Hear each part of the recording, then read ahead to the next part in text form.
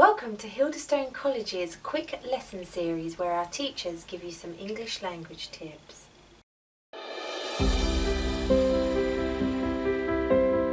Hello again. Are you ready to learn some more English? That's good, because today I'd like to talk to you about using will and going to for decisions. So have a look at these two example sentences.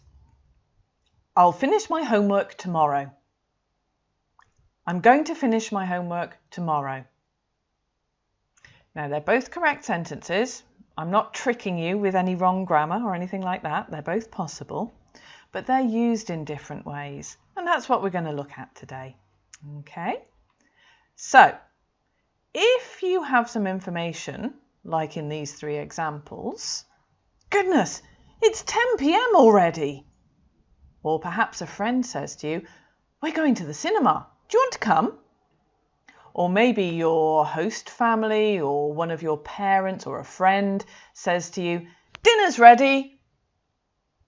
Well, in those situations where we've had that new information about the time or plans for the evening or that dinner's ready, we might make the decision to stop doing our homework now and finish it tomorrow. So because we're hungry or we want to go to the cinema, or 10 p.m. is pretty late really.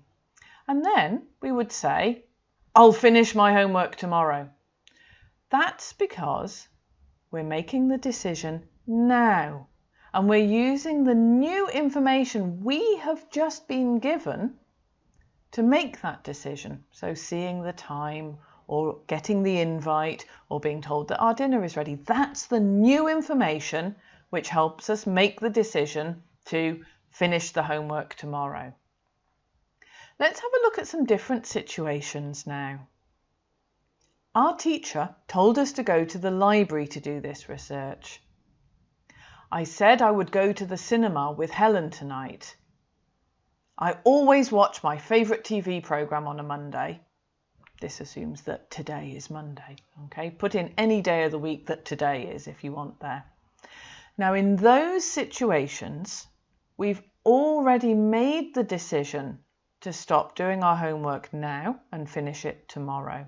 We knew that perhaps even before we started our homework. And in those situations where we've already made the decision, then we would say, I'm going to finish my homework tomorrow. I'll do some of it now, but I'm going to finish it tomorrow. In these situations, you see, there's no new information in the moment of deciding. We've actually already decided before we say anything, and that's why we use going to. It's because basically we've planned to finish our homework tomorrow, and that's really the same thing as saying I've already decided. If you've got a plan, you've made a decision already. Okay, so now it's your turn. I've got two sentences here, and then you have to choose which is the correct follow-on from that, A or B. And you can see that A has will in the choice and B has going to. So have a look at them. Decide which is best in each case.